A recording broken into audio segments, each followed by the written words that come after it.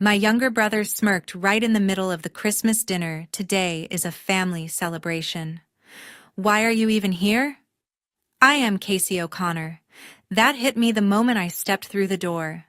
The Christmas tree was lit, gifts piled high, 24 relatives wearing fake smiles, and the eggnog poured like water.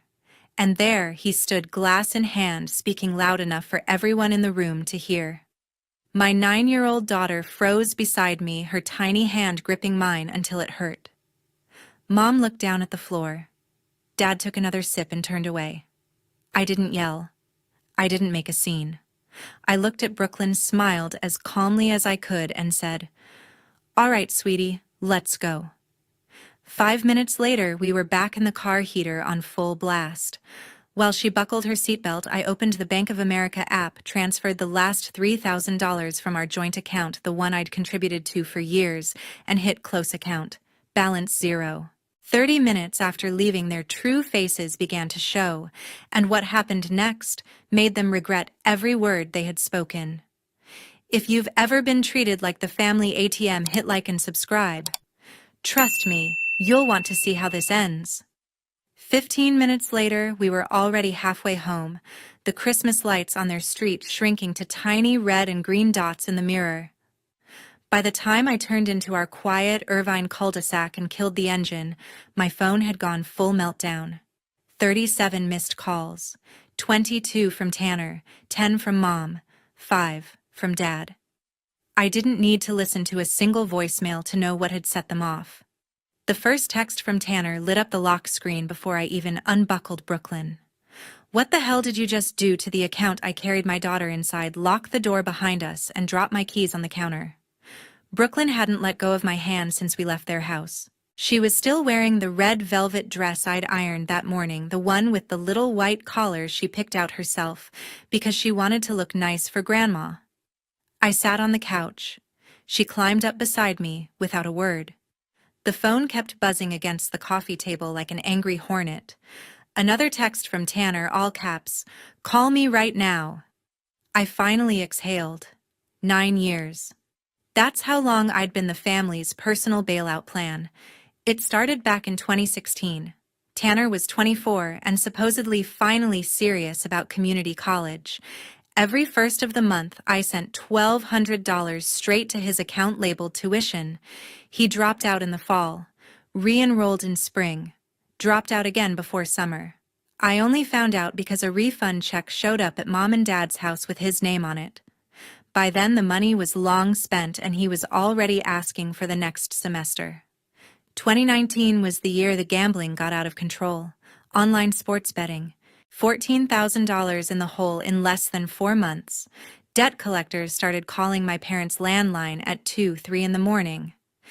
Dad forwarded me the voicemails like it was my job to clean up his son's mess. "He's your little brother Casey. Fix it." So I drained what little I had saved for Brooklyn's future and paid it off. Tanner cried on the phone, swore on his life it would never happen again. 6 months later, the same collectors were back. 2021 was the anniversary cruise. Mom sent me a glossy brochure in the mail with a post-it note, 40 years, honey. We deserve this. 14 days, all-inclusive Caribbean. $18,000 after excursions and gratuities. I put the whole thing on my credit card because their tax refund got delayed. The refund never came. The photos of them sipping cocktails on the Lido deck showed up on Facebook 2 weeks later. Then, 2023. Tanner decided he needed a new ride. A black Dodge Charger, fully loaded, the one he'd been sending me Instagram reels about for months. $9,000 for the down payment alone. He pulled up to my work in the middle of my lunch break with the paperwork already filled out. "You know I'm good for it, sis. Come on." I wrote the check in the parking lot. He still owes the dealership the remaining balance, but the car's been parked in Mom and Dad's driveway ever since. Brooklyn curled into my side, small fingers twisting the fabric of my sleeve. The phone buzzed again. Another text from Tanner. "This isn't a joke. Fix it." She looked up at me, eyes huge. "Mommy, why does Uncle Tanner hate you so much?" The question hit harder than any of the screaming earlier. I pulled her all the way into my lap even though she was getting too big for it. "He doesn't hate me, baby," I said, voice low. "He's just used to me saying yes every single time he asks for something." Today, I finally said no. She was quiet for a long time, thinking. Then, in the smallest voice, "Is that why he yelled in front of everyone?" I nodded. Some people don't know how to handle no. Another buzz. I put the phone on speaker and played the newest voicemail from Tanner so she could hear it herself. "Casey, you have exactly 5 minutes to put every dime back, or I swear I deleted it before he finished." 2 nights later, loud banging woke us up at 11.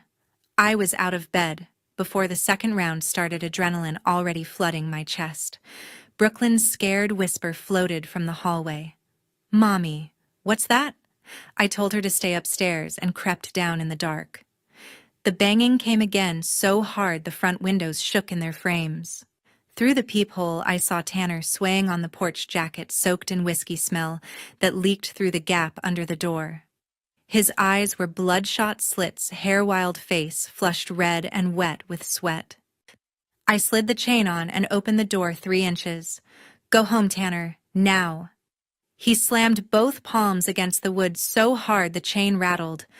"Open the damn door, I need money tonight, right now." His voice boomed down the entire cul-de-sac. Mrs. Henderson's porch light snapped on across the street, then the Liuses next door.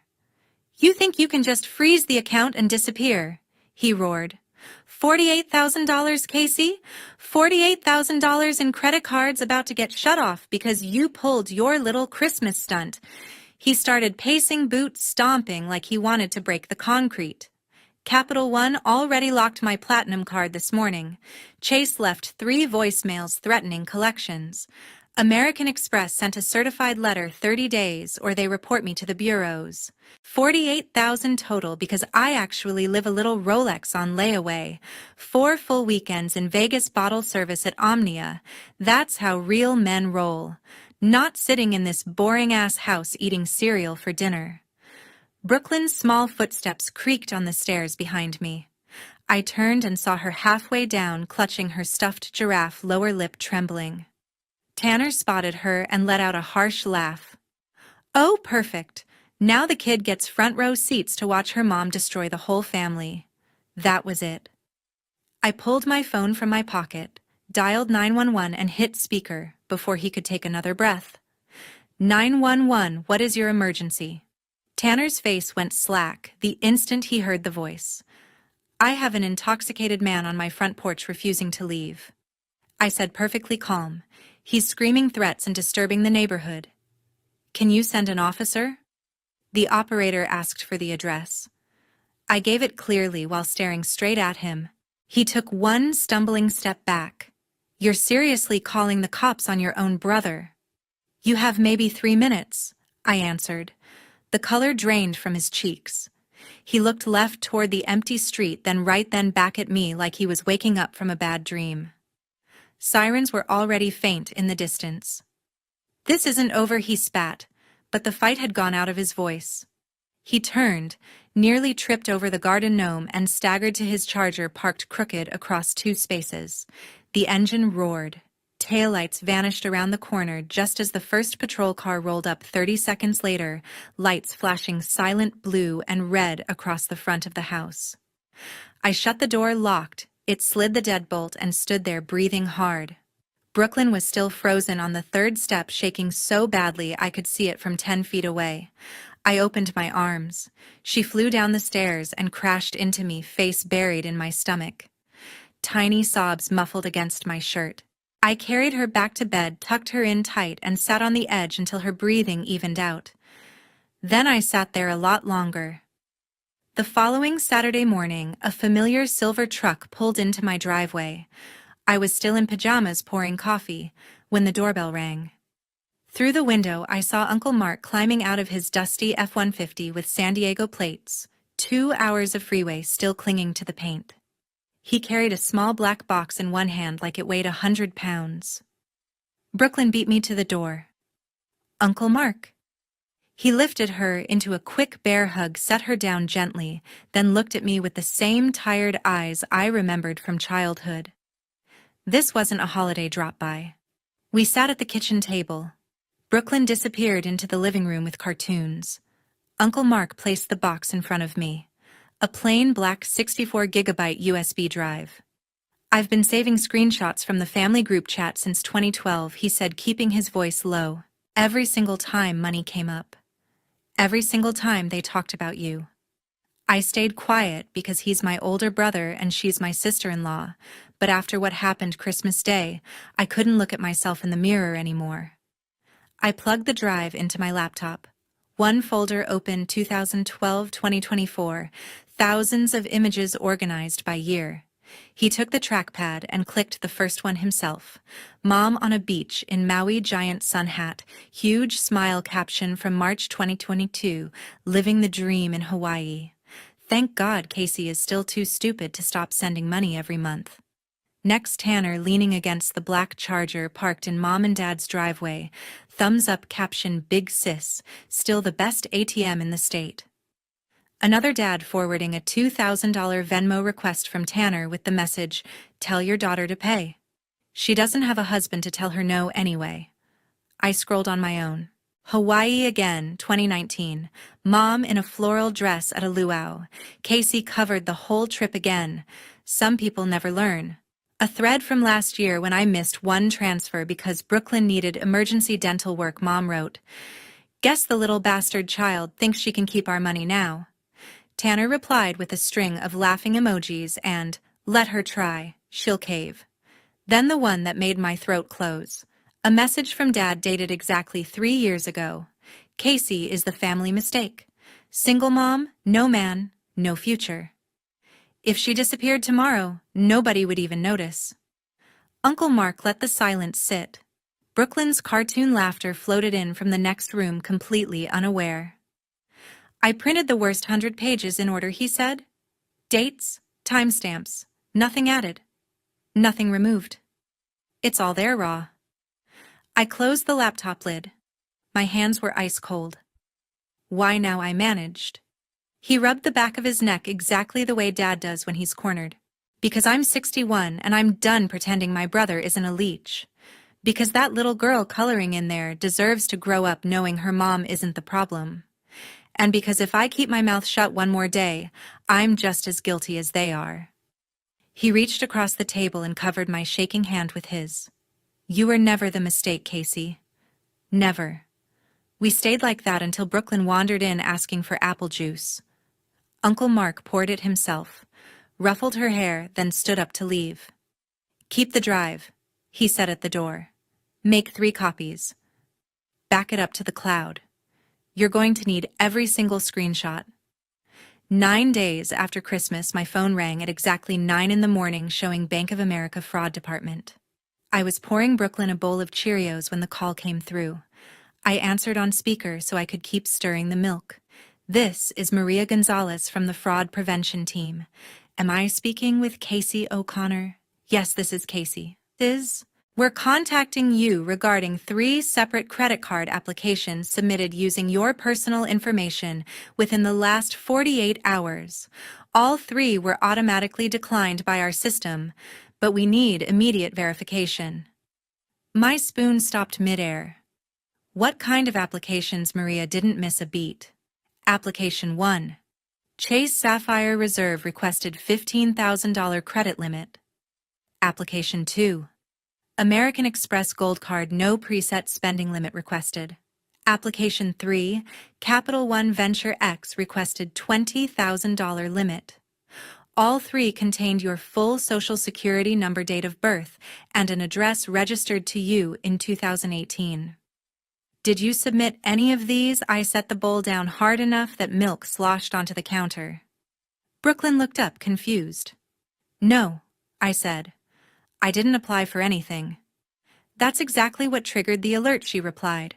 3 high-limit cards in under 60 minutes is a classic identity theft pattern. Can you come into the Irvine branch on Culver Drive today so we can file a formal identity theft report in person? The faster we document this, the less damage can be done. I told her I'd be there within the hour. I dropped Brooklyn at her best friend's house with a quick excuse about a surprise dentist appointment, then drove straight to the bank. Maria met me in a small glass office behind the teller line. She was younger than I expected, sharp ponytail badge clipped to a navy blazer. She slid the standard identity theft packet across the desk. The inquiries are already showing on your credit report. Whoever did this used a scanned image of your old driver's license and your full social from 2018. That year mean anything to you? Of course it did. The only person I ever emailed a clear photo of my social security card and license to was Tanner. He needed a financial reference for a last-ditch student loan appeal after flunking out again. I sent the scans from my phone while sitting in this exact branch parking lot. I still had the email. I reached into my purse and pulled out the USB Uncle Mark had given me 6 days earlier. My uncle compiled 12 years of family group chat screenshots. My brother's name comes up a lot when money is involved. You're going to want to see this. Maria took the drive without hesitation, plugged it into her secure workstation, and started scrolling. Her eyes widened almost immediately. This is thorough. She copied the entire contents to the bank's fraud server, then printed the identity theft affidavit and police report forms for me to sign. A senior fraud specialist joined us 10 minutes later. He reviewed everything, stamped pages in red, and handed me an official letter on Bank of America letterhead. We have now placed a 7-year extended fraud alert on your credit files with Equifax, Experian, and TransUnion. Any future application in your name will be frozen instantly until you personally verify it by phone using the PIN we just created. We've also flagged the Social Security number used in these attempts as compromised across all 3 bureaus. 7 years. The number landed heavy. Maria walked me to the exit. You did the right thing coming in today. Most people wait weeks, and the damage is permanent. If law enforcement needs copies of anything, have them call me directly. Here's my card. I thanked her and stepped back into the cold January sunshine, feeling both protected and completely violated. Someone who shared my last name had just tried to hijack my entire financial life in one desperate morning. 3 weeks later, right before Brooklyn's school play, a process server found me in the parking lot. 3 weeks later, right before Brooklyn's school play, a man in a cheap gray suit stepped in front of my car in the office parking lot. He tapped the window with a thick manila envelope. Casey O'Connor, you've been served. I rolled the window down just enough to take the papers. Orange County Superior Court, Small Claims Division stamped in red across the top. Case number SC 2025-00147. Plaintiffs Ronald O'Connor, Deborah O'Connor, and Tanner O'Connor. Defendant Casey Marie O'Connor. Amount claimed exactly $48,000. The claim itself was 8 pages. Mom's perfect cursive handwriting on a yellow legal pad scanned and attached as Exhibit A, a handwritten ledger titled Loans to Casey, 2016-2024. Every transfer I had ever sent was listed as family loan, repay on demand. The cruise, the charger down payment, the gambling debts, even the monthly tuition checks were all there, relabeled as loans I supposedly owed them. I sat in the driver's seat reading until the school's first bell rang in the distance.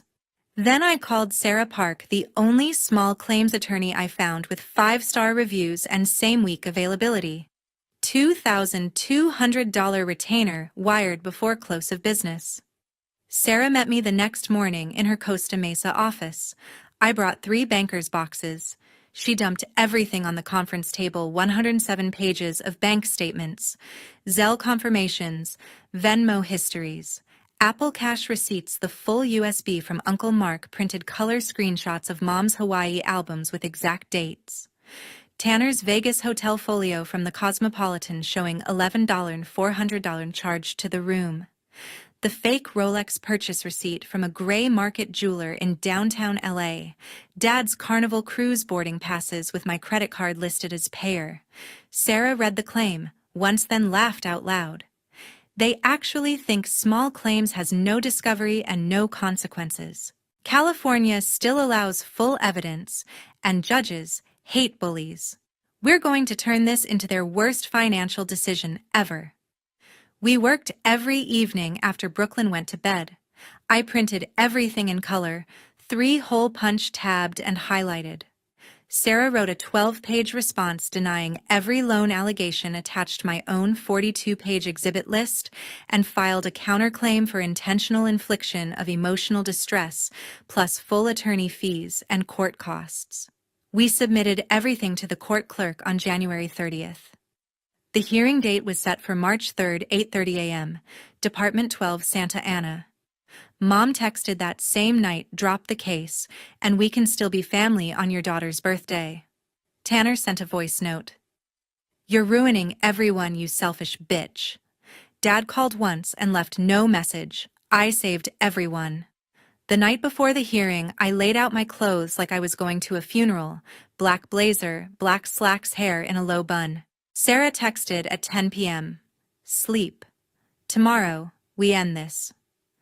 The hearing was scheduled for a cold Monday morning in early March. Department 12, Santa Ana Courthouse, smelled like old paper and industrial cleaner. The room was smaller than my living room, just rows of wooden benches and a single raised desk. Judge Elena Morales, mid-50s, sharp black suit, no smile, took the bench at exactly 8:30. Mom, Dad, and Tanner sat on the left. Tanner wore a borrowed navy suit, 2 sizes too big sleeves, swallowing his hands. Mom kept clutching a tissue she never used. Dad stared straight ahead like he was waiting for a root canal.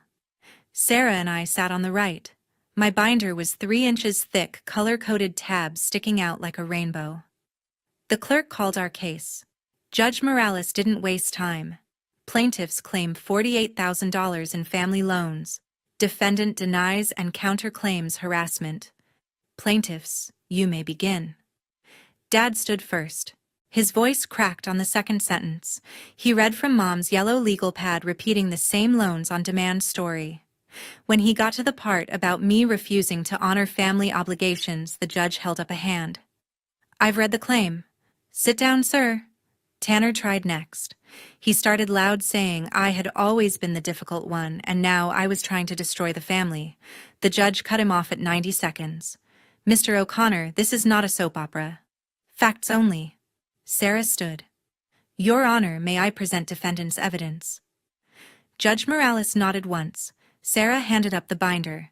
The judge flipped through it slowly, page by page. Bank transfers with memos like Tanner tuition, Mom and Dad cruise, Tanner gambling debt, Hawaii photos with timestamps, the fake Rolex receipt, Vegas hotel bills, the entire USB printed in order, the fraud alert letter from Bank of America. 35 minutes later, the judge closed the binder and removed her glasses. "I have never," she said, voice low, but cutting, "seen a more blatant attempt to weaponize the court system against a family member. These are not loans. These are documented gifts, extracted under emotional manipulation for 8 straight years. The plaintiff's own group chat messages call the defendant an ATM, and worse. This claim is dismissed with prejudice."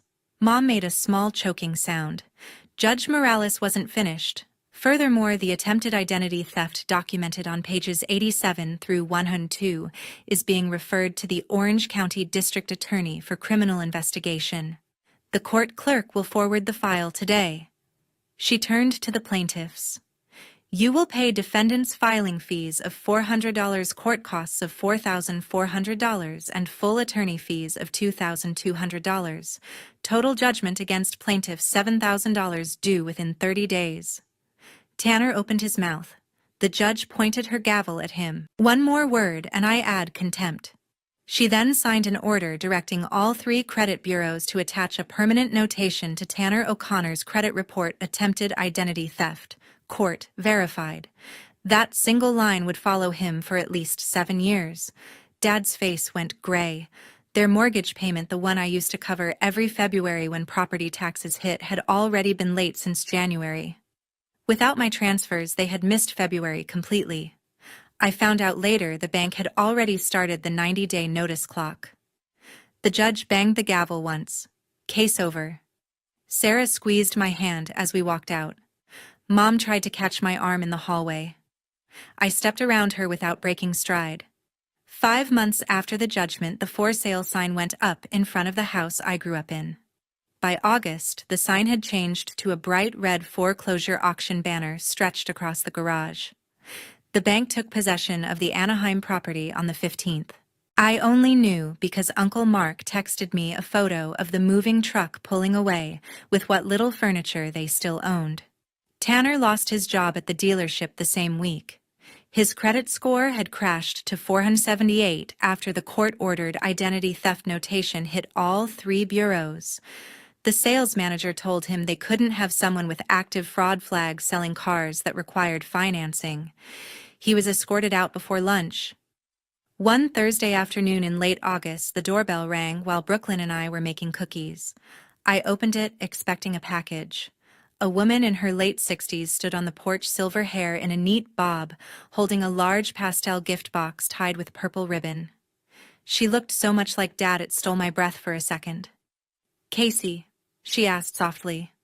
"I'm Patricia. Your dad's older sister. Aunt Patricia. The one they stopped talking about in 2009 after some fight no one ever explained to me." She shifted the box to one hip. "I heard what happened. All of it. I should have come sooner, but I wasn't sure you'd want to see anyone with the last name O'Connor." Brooklyn peeked around my leg. Aunt Patricia knelt immediately. "You must be Brooklyn. Happy belated 10th birthday, sweetheart." She handed over the box. Inside was the exact American Girl doll Brooklyn had circled in the catalog last Christmas and never got. Brooklyn gasped and hugged her new doll like it might disappear. Aunt Patricia's eyes filled, but she smiled. We moved to the living room. She sat on the couch, hands folded in her lap, and told me she'd been following the court case online through public records. When the foreclosure notice posted, she decided 16 years of silence was enough. "I left in 2009 because I saw what they were doing to you even back then," she said. "I told your dad if he kept treating his daughter like a bank account, I was done. He chose them over me. I'm sorry I didn't fight harder for you." Brooklyn climbed up between us with the doll and listened quietly while Aunt Patricia told stories about Dad when he was little, about family camping trips, before everything turned toxic about the grandmother I barely remembered, who would have hated what her son became. When the cookies finished baking, we ate them warm at the kitchen table, chocolate smeared on Brooklyn's cheeks. Aunt Patricia took 100 photos with her phone, promising to send copies. Before she left, she hugged me so tightly I felt 16 years of distance disappear. "Anytime you need family," she whispered, "real family, call me." She drove away just as the sun was setting orange over the cul-de-sac. Brooklyn and I curled up on the couch that night, her new doll between us, watching a movie we'd seen a dozen times. My phone stayed silent. No angry texts, no missed calls, no demands. For the first time in 8 months, we laughed until our stomachs hurt. And that was the last time anyone from the old life ever knocked on my door.